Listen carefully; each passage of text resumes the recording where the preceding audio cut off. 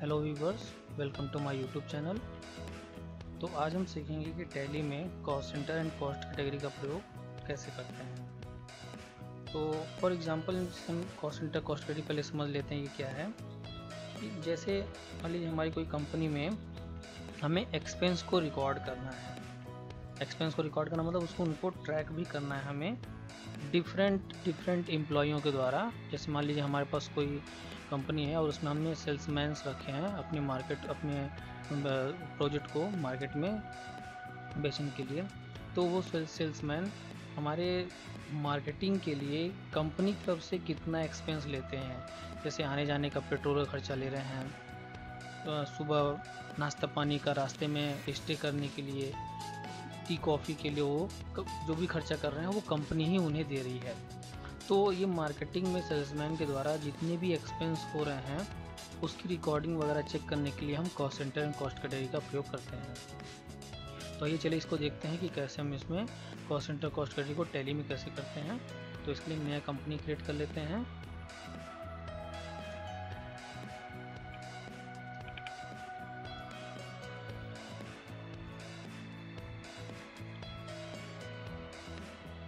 Category हमने दे दिया और सेट कर लिया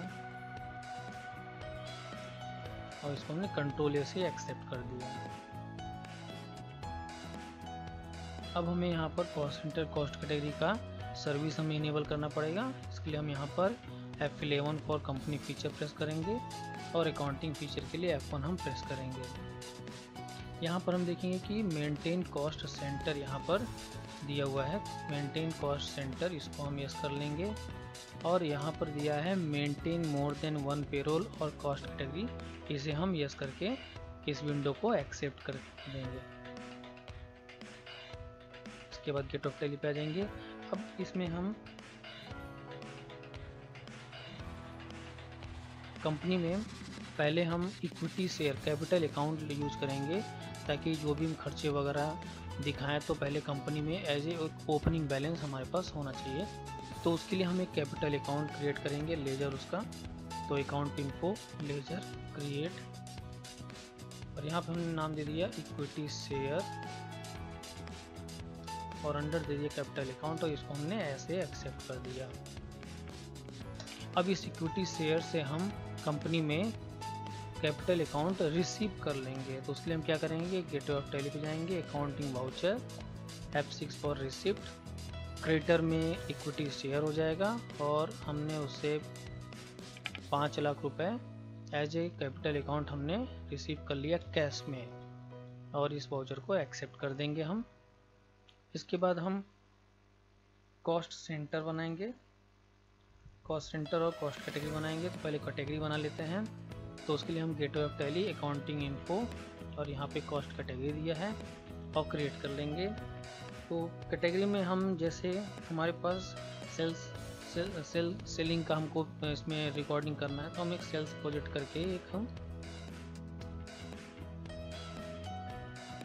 करके हम यहाँ इसमें एक कॉस्ट कैटेगरी बना लेंगे और एक्सेप्ट कर देंगे।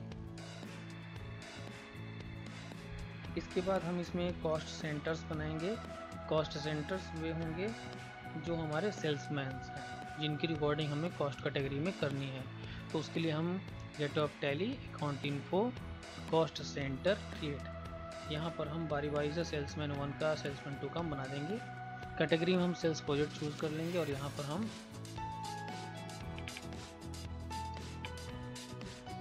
सेल्समैन 1 एक्सेप्ट कर दिया। इसी प्रकार से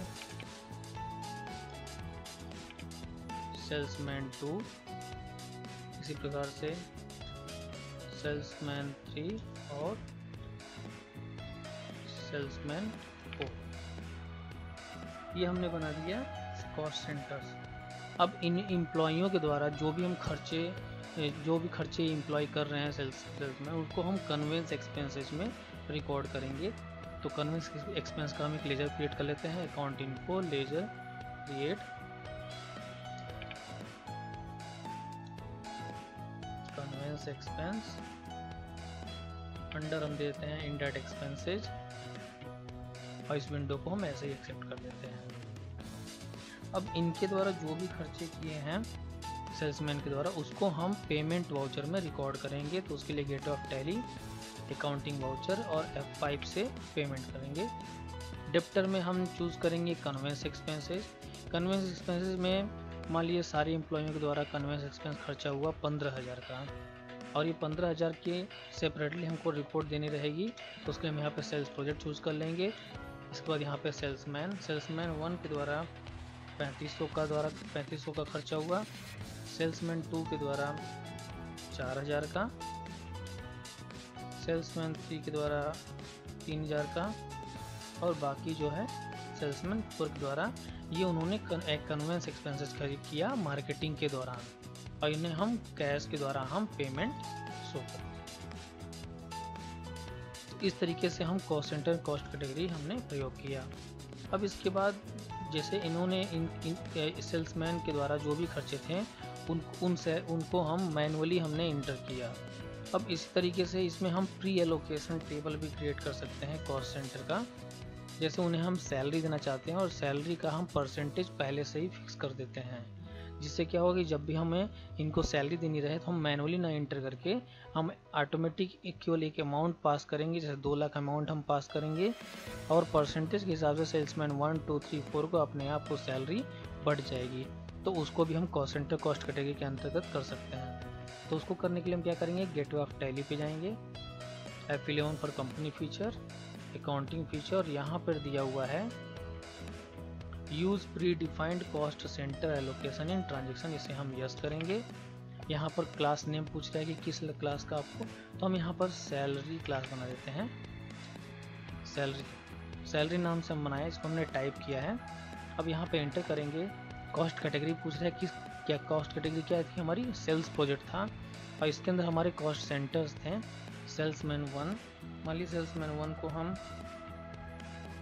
परसेंटेज देना चाहते हैं कि टोटल ऑफ सैलरी का 25% इसको हम देंगे। सेल्समैन 2 को हम 30% देंगे, सेल्समैन 3 को 25% देंगे, और बाकी का सेल्समैन 4 को देंगे। ये सैलरी का परसेंटेज हमने दिया। अब हम इसको विंडो को एक्सेप्ट कर लेते हैं। अब इन्हें हम सैलरी बांटना चाहते हैं, तो पहले हमें एक सैलरी का लेजर बनाना पड़ेगा।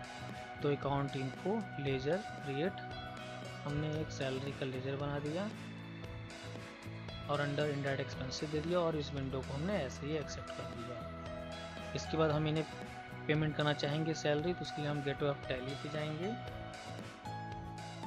अकाउंटिंग वाउचर में जाएंगे, F5 से पेमेंट करेंगे। अब यहाँ पे क्लास नेम पूछ रहा है, क्लास नेम क्या रहेगा, तो क्लास नेम में हम यहाँ पे चूज़ करेंगे सैलरी।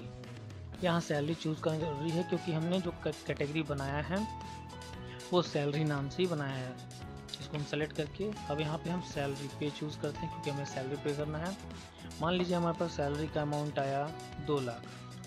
2 लाख में हमें इन्हें सैलरी बांटना है। इंटर किया, कहाँ से पेमेंट कर रहे हैं, कैश पेमेंट कर रहे हैं। अब इस स्क्रीन को हम ऐसे ही एक्सेप्ट कर देते हैं। यहाँ पर ध्यान देने वाली बात है कि यहाँ पर कोई भी एम्प्लॉय का सैलरी कितना है हमें देने की जरूरत नहीं पड़ी है। इस विंडो को हम ऐसे ही एक्सेप्ट करते हैं।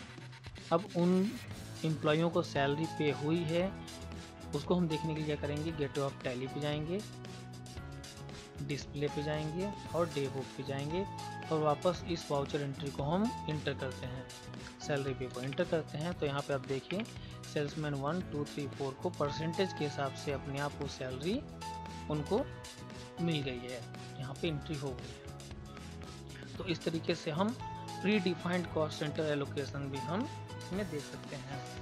अब इसका हम रिपोर्ट देखना चाहते हैं, तो रिपोर्ट देखने के लिए हम क्या करेंगे, डिस्प्ले, स्टेटमेंट ऑफ अकाउंट, यहाँ दिया है कॉस्ट सेंटर। अब यहाँ पे पहले कैटेगरी समरी में हम इंटर करेंगे तो हमें यहाँ पर दिखा देगा कि जो कैटेगरी हमने बनाई है उस कैटेगरी में जो भी कॉस्ट सेंटर्स आते हैं, जैसे कॉस्ट सेंटर्स हमारे ये सेल्समैन 1, 2, 3, 4 हैं, इनके द्वारा टोटल खर्चा हुआ है। जैसे सेल्समैन 1 के द्वारा 53,500, जिसमें इनकी सैलरी और कन्वेंस एक्सपेंस दोनों मिला के बोली गई है।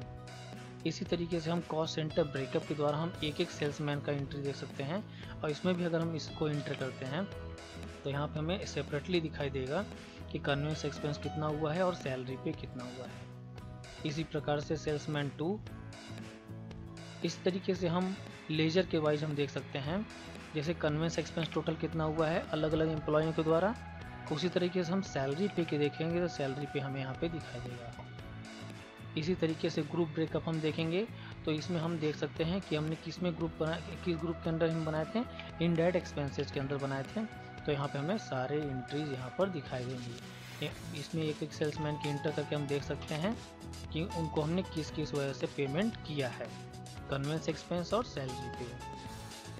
तो इस प्रकार से हम कॉस्ट सेंटर कॉस्ट कैटेगरी का प्रयोग टैली में किए हैं। ऐसे ही वीडियो को और देखने के लिए हमारे YouTube चैनल को लाइक शेयर सब्सक्राइब करिए। हम मिलेंगे अगले YouTube चैनल में।